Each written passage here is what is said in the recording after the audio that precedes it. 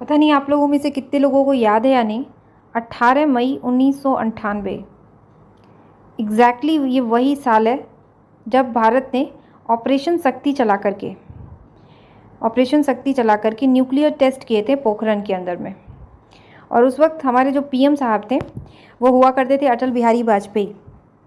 ये तो तय है, ना उनके जैसा कोई था, ना है, ना रहेगा। भारत तो उस वक्त इस सिचुएशन में नहीं था जिस सिचुएशन में आज है। 5वीं बड़ी अर्थव्यवस्था, इकॉनमी अच्छी चल रही है, आर्मी की सिचुएशन बहुत अच्छी है, हर तरीके से भारत मजबूत है, आबादी काफ़ी अच्छी है, हम हर तरीके से अच्छा कर रहे हैं। इस वक्त 26 निर्दोष लोगों को, भारतीय लोगों को मार दिया जाता है।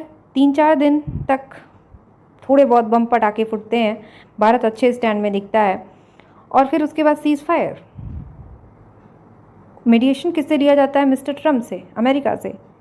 मिशन शक्ति, जब ऑपरेशन शक्ति चलाया गया था 1998 में पोखरण के समय में, उस वक्त सबसे बड़ा डर था कि अगर अमेरिका को पता चला तो भारत को हर तरीके से ब्लॉक किया जाएगा।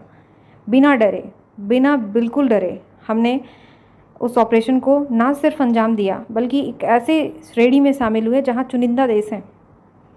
हमें डर नहीं है इस बात की कि अमेरिका क्या करेगा या पाकिस्तान एटम बम चिल्लाता है, हमारे पास भी है। हमें वॉर नहीं रोकनी चाहिए थी। कब तक? जब तक कि ये 4 चेहरे जो उन आतंकवादियों के थे, मुझे भी पता है, आप लोगों ने भी देखा होगा,